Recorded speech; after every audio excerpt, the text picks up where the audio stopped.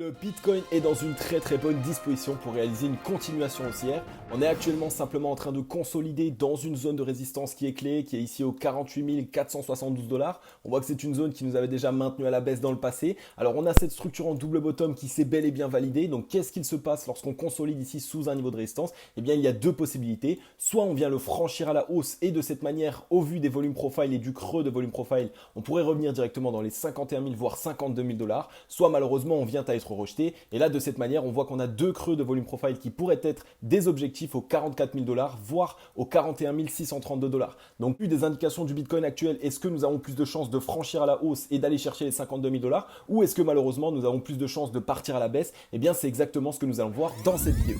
Hello à toute la team Logique, ravi de vous retrouver dans cette nouvelle analyse du marché crypto-monnaie. On est aujourd'hui le lundi 4 octobre 2021 et il est 17h36 à l'heure à laquelle je tourne cette vidéo. Alors, comme vous le voyez derrière moi, on a un Bitcoin qui lui ne réalise pas de grands mouvements. Il est ici sur une consolidation aux 47 688 $, moins 0,55% sur la journée. Donc vraiment rien de dramatique. On est en train de consolider sous un niveau de résistance qui est clé. Et évidemment, on aimerait franchir ce range à la hausse pour pouvoir vraiment continuer la tendance haussière. Et c'est exactement ce que nous allons traiter dans cette vidéo. Un Ethereum avec moins 2,3%. Il est ici aux 3324 $. Toujours de très belles performances. Il est toujours au-dessus de la majorité de ses niveaux de support. Donc vraiment aucun souci à se faire. On le voit malheureusement quand le Bitcoin connaît une latéralisation qui est plutôt baissière, eh bien ça envoie une petite baffe sur la majorité du top 30, sauf quelques altcoins qui arrivent à sortir la tête de l'eau. On a ici le Terra Luna avec 6,36% à la hausse, 1,54% pour le Algorand, un actif que nous avons analysé dans la vidéo d'hier, donc c'est plutôt une très bonne indication. Et on a le Axie Infinity qui nous pousse 29,4% à la hausse. Il se loge ici à la 21e place des crypto-monnaies aux plus fortes capitalisations, donc vraiment un projet à surveiller. On voit qu'il a plutôt la cote en ce moment, 110% en weekly, c'est une très grosse performance. On va aller voir ensemble sur les graphiques un petit peu plus poussés pour savoir si le Bitcoin a plus de chances de casser sa consolidation à la hausse ou est-ce que malheureusement il y a des possibilités qu'on parte à la baisse. La team Logique, vous avez été des centaines à me le demander, que ça soit par Instagram, par mail ou en commentaire sur YouTube. Vous vouliez tous que l'on crée un compte Twitter pour la team Logique. Et bien comme vous le savez, j'aime vous récompenser, j'aime vous remercier de votre soutien au quotidien. Donc ça y est, on a enfin un compte Twitter pour la team Logique. Crypto Logique, exactement comme ça se dit, comme d'habitude, avec un petit tiret du bas en dessous. N'hésitez pas à me rejoindre, soyez très nombreux. On va réaliser un gros concours prochainement sur Twitter. Donc rejoignez-moi tout de suite pour pouvoir y participer le plus rapidement possible. On va sans doute réaliser un concours sur Twitter. Donc rejoignez-moi tout de suite pour pouvoir participer au concours le plus rapidement possible. Le lien est dans la description, les amis. Cliquez dessus, rejoignez-nous sur Twitter. Je vais pouvoir vous partager un maximum d'informations, que ce soit des news et des actualités, des analyses que je réalise, des articles peut-être sur le fondamental de certaines crypto-monnaies qui sont très bons aussi. En bref, je vais vous partager un maximum d'informations sur les cryptos. Donc si vous avez envie d'accéder à des informations en live, c'est-à-dire que si je vois une belle disposition graphique dans l'instant T sur un actif, eh bien je vais pouvoir vous le partager sur Twitter, alors que sur YouTube, c'est une vidéo par jour, donc ça a toujours une vision un peu plus long terme. Donc n'hésitez pas les amis, rejoignez-moi sur Twitter, faites-moi flamber tout ça et montrez-moi à quel point ça vous fait plaisir que je vous écoute au quotidien et que je vous donne ce que vous me demandez. Du côté du Scalpex Index, un crypto Fear and Greed toujours dans le neutre, donc ça ne bouge pas énormément, on est toujours dans cette période de latéralisation. Un Social Index qui est sur down, un Market Order Flow en recherche neutre cet après-midi. Alors on n'a pas bougé énormément, donc vraiment ça va être très rapide ici en 4 heures. On est toujours dans ce range avec une borne haute aux 48 481 $ et une borne basse aux 47 450 $. On voit que là actuellement la bougie 4 heures sur laquelle nous travaillons a été une bougie qui a été vraiment très mouvementée. On est venu avec la mèche chercher directement la borne haute du range, avec la mèche baissière aussi. On est passé même en dessous de la borne basse du range. Donc là on est sur une bougie de liquidation, hein. On a liquidé les petites positions ici qui pouvaient être passées en dessous. On a liquidé les petites positions qui pouvaient être placées au-dessus. Et généralement ça permet quoi? Ça permet de totalement nettoyer ce range et de pouvoir par la suite essayer d'aller chercher une certaine décision. Donc on n'a pris aucune décision et vous le savez les amis. Et pour les débutants, eh bien aujourd'hui on va faire une émission avec un petit peu plus d'explications dans laquelle je vais vous expliquer. Donc on est ici dans une période de range, donc de latéralisation. Et qu'est-ce qu'il faut faire pour pouvoir essayer de sortir de ce range? Eh bien il faut attendre qu'on vienne casser soit ici cette borne des 48 480 $, qui est simplement la borne haute du range, soit ici la borne basse aux 47 250 $. Tant qu'on ne casse pas l'une de ces deux bornes, eh bien on va continuer ici de latéraliser. Donc de cette manière, il n'y a rien à faire, on n'est pas en tendance, on est en train de récupérer de la force et on est en train de se préparer au prochain mouvement. Ok, on est sur le Bitcoin en daily et qu'est-ce qu'on va faire aujourd'hui? On va regarder un petit peu vers la structure de bottom que nous avons eue. Ça va nous permettre un petit peu de décortiquer ce qu'il s'est passé, de comprendre réellement comment est-ce qu'on change une tendance, comment est-ce qu'on peut savoir qu'on est en tendance haussière sur le Bitcoin. Eh bien, c'est ce que nous allons voir dans cette vidéo. On va faire un gros point pour les débutants et on va faire aussi un très beau récap pour les personnes qui s'y connaissent déjà sur le marché des crypto-monnaies, pour les traders aguerris. C'est toujours bon d'avoir un petit récap. Alors rappelez-vous, je vous en ai parlé depuis un certain temps, on a réalisé ici cette structure en double bottom. Alors pour pourquoi est-ce qu'elle est valide cette structure en double bottom et pourquoi est-ce qu'on peut se dire du coup que le prix devrait repartir à la hausse? Eh bien c'est simplement parce que ici la première jambe baissière du double bottom a été plus basse que la deuxième jambe baissière. Donc on a une deuxième jambe baissière plus haute que l'ancien point bas et ça c'est une bonne indication, ça permet au double bottom d'être valide. Et qu'est-ce qu'il manque aussi pour le valider? Et évidemment ça va être de venir casser ici cette ligne de coup, chose que nous avons faite qui était ici directement au 44 885 $.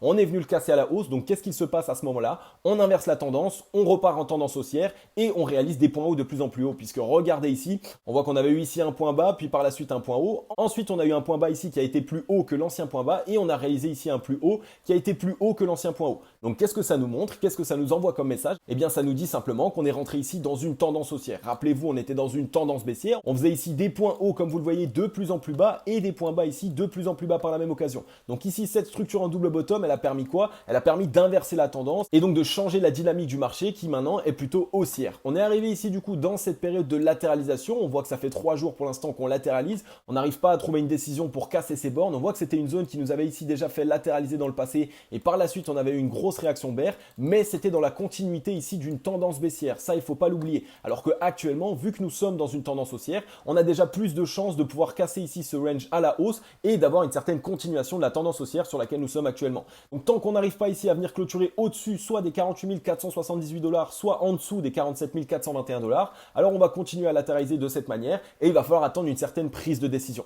Alors je vous ai affiché les volumes profile puisque ça va nous permettre de trouver des targets. Vous le savez, lorsqu'on a ici un range, eh bien il va y avoir une cassure, que ça soit à la hausse ou à la baisse. Et donc nous, ce qu'on aime bien, c'est mettre en place des targets, des objectifs de prix vers lesquels le Bitcoin pourrait aller. Et au vu des volumes profile, il faut savoir qu'on a des zones que les whales aiment beaucoup aller chercher, c'est les creux de volume profile. Alors les volumes profile c'est quoi? C'est l'indicateur que je vous ai mis en place ici et qui va nous permettre en fait de trouver d'énormes niveaux de support et de résistance qui vont être simplement des zones au travers desquelles il y a eu énormément d'échanges sur le Bitcoin. C'est-à-dire qu'on voit par exemple ici cette zone, c'est vraiment une grosse zone de volume profile et donc ça montre que dans le passé sur le Bitcoin, c'est un niveau ici sur lequel il y a eu énormément d'échanges et donc c'est un niveau qui est défendu à la fois de la part des bulls et à la fois de la part des bears. Donc actuellement, on est ici sur une zone qui déjà est très travaillée de la part du volume profile. C'est aussi pour cette raison qu'on est en train de consolider et qu'on attend d'avoir une certaine prise de décision.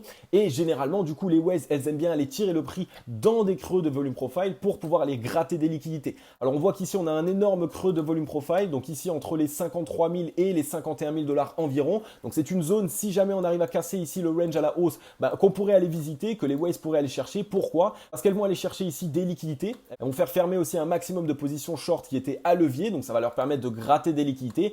Et dans cette zone ici, elles vont pouvoir ici accumuler sur les zones tranquillement, accumuler du Bitcoin en mettant un stop loss ici directement en dessous de cette zone qui constitue de nouveau maintenant un gros creux de volume profile. Donc c'est un petit peu leur but de pouvoir faire latéraliser sur cette zone parce que ça va leur permettre d'avoir une grosse zone ici qui va être bien défendue de la part des bulls si on arrive à la casser à la hausse et donc par la même occasion de pouvoir mettre simplement leur stop loss à ce niveau-là, à cet endroit-là, qui sera une zone qui va être vraiment bien travaillée. À partir du moment où on comprend ça les amis, eh bien maintenant c'est très simple de pouvoir se dire où est-ce qu'il faut qu'on mette nos stop loss. Eh bien la meilleure chose à faire, ça va être de le mettre aux mêmes endroits que les whales. Pourquoi? Parce que les whales vont totalement défendre ces zones. C'est-à-dire que si ici il y a une whale qui a un énorme stop loss, son but ça ne va pas être de se faire fermer sa position, donc elle va totalement défendre cette zone. Donc vous n'allez plus être là avec votre petit portefeuille à essayer de vous défendre, vous allez être là vraiment avec les grosses mains. Donc on a cette première zone, si jamais on cassait à la hausse, c'est ce que je viens de vous dire, mais par contre si on casse à la baisse, ce qui est aussi possible, puisque un range, il y a toujours aussi cette possibilité de venir casser à la baisse, même si actuellement les probabilités sont plus avec nous, puisqu'on est dans une tendance haussière, et bien si on venait à être rejeté à la baisse,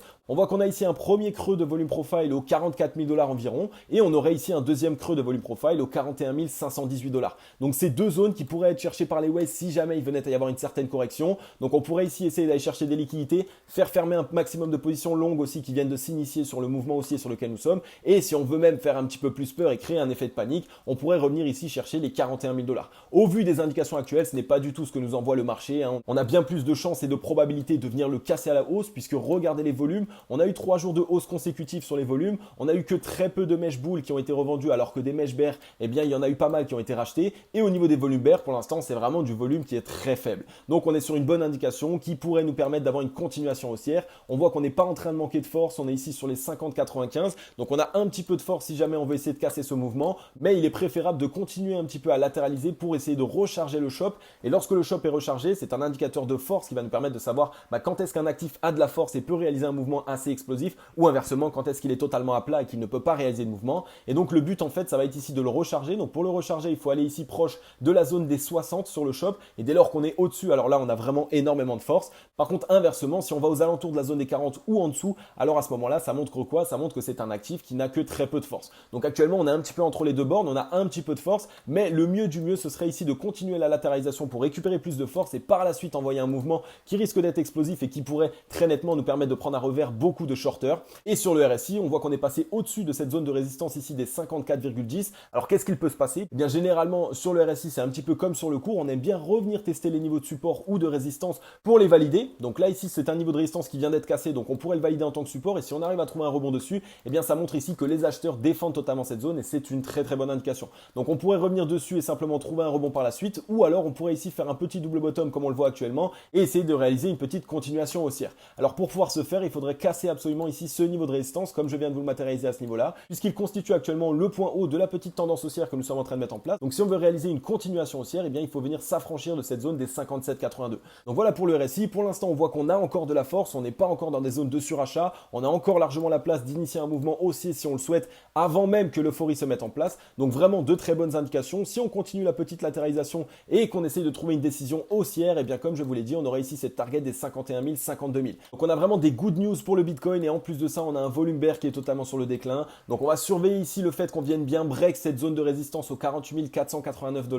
Mais dès lors qu'on l'aura cassé, alors là on validera bel et bien une grosse tendance haussière qui risque de se mettre en place et donc cette fameuse deuxième phase du bull run que nous attendons depuis un certain temps. Je reviens juste ici très rapidement sur le weekly pour vous montrer qu'on a bel et bien clôturé avec cette fameuse ravalante haussière que je vous ai présentée dans la vidéo d'hier. Donc en weekly, c'est une super bonne indication. Ça aussi, c'est une belle structure pour nous dire que généralement, on a trouvé le bottom. Donc on avait entamé une légère correction. On n'avait pas du tout inversé la tendance encore, mais on avait entamé une petite correction. Et le fait de faire ici cette ravalante haussière, c'est une très bonne indication. On voit qu'avec la mèche ce matin, on est revenu simplement tester ici les clôtures de la semaine ici du 13 septembre et de la semaine du 20 septembre. Donc là aussi, c'est une très bonne indication. Et généralement, qu'est-ce qui se passe après avoir validé ce niveau? On part à la hausse, on essaye d'aller chercher une belle tendance haussière. Donc c'était très rapide, mais voilà pour le weekly. Là aussi, on a de très bonnes indications qui pourraient nous dire que le Bitcoin pourrait casser son range à la hausse prochainement. Après les mauvaises indications qu'on avait vues sur le Bitcoin la semaine passée, on n'a que de belles indications. Parce que rappelez-vous sur le dollar qu'on a analysé il y a de ça 2 jours maintenant, eh bien je vous avais dit que si on arrivait à trouver un top ici en structure d'étoile du soir sur le dollar, ça pourrait être une très bonne indication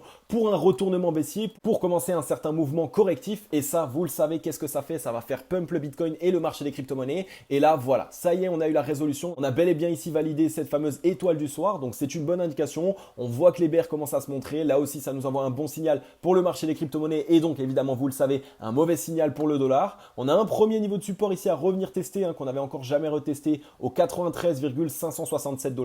Donc on l'avait franchi à la hausse mais on ne l'avait encore jamais retesté. Donc ça va être déjà la première zone, le premier objectif sur lequel on va aller. Et après à ce moment-là il va falloir regarder et surveiller ce qu'il va se passer. Est-ce qu'on va faire un petit bottom et par la suite essayer de renfoncer ou est-ce qu'on va venir réaliser ici un double bottom pour réavoir encore une fois une certaine structure de retournement? Eh bien il va falloir surveiller ça ces prochains temps. On va regarder un petit peu au niveau du RSI. On était venu juste au-dessus des 52 RSI. Donc qu'est-ce qui peut se passer? Eh bien soit on part plus bas, on va chercher un niveau de support comme ici notamment au 55,12 voire les 52 RSI si jamais. Soit il y a cette possibilité aussi de venir faire un gros M comme celui-ci. Donc on trouverait rebond, on viendrait faire un M et là à ce moment-là on pourrait avoir un énorme retournement baissier de la part du dollar qui pourrait vraiment nous faire tomber comme des pierres tombales. Donc on va surveiller ce qu'il va se passer. Si on trouve un rebond ici, pas de panique, il y a la possibilité de réaliser ce gros M double top qui pourrait vraiment nous faire corriger fortement. Et par contre si on voit qu'on trouve simplement un rebond et qu'on se fait renfoncer, alors là aussi le dollar risque de corriger. Ensuite, on est sur Ethereum. Ethereum qui a un petit peu d'avance sur le Bitcoin. Il est vraiment parti ici dans un très beau rallye. Alors, qu'est-ce qu'il se passe? On voit qu'on est revenu chercher ici ce niveau de support aux 3277 $ jusqu'aux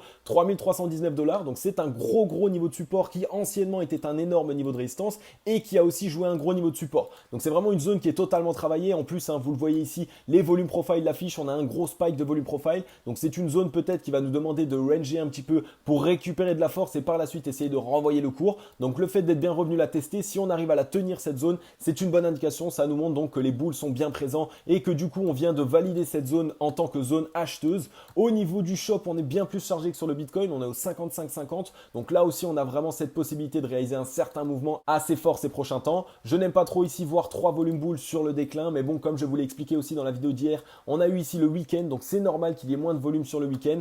Attention à ne pas venir faire ici cette certaine structure en étoile du soir, parce que là, ça pourrait être une mauvaise indication. Et on pourrait simplement revenir tester ici cette traîne de baissière qu'on a cassée à la hausse et en même temps valider ce niveau de support aux 3145 $.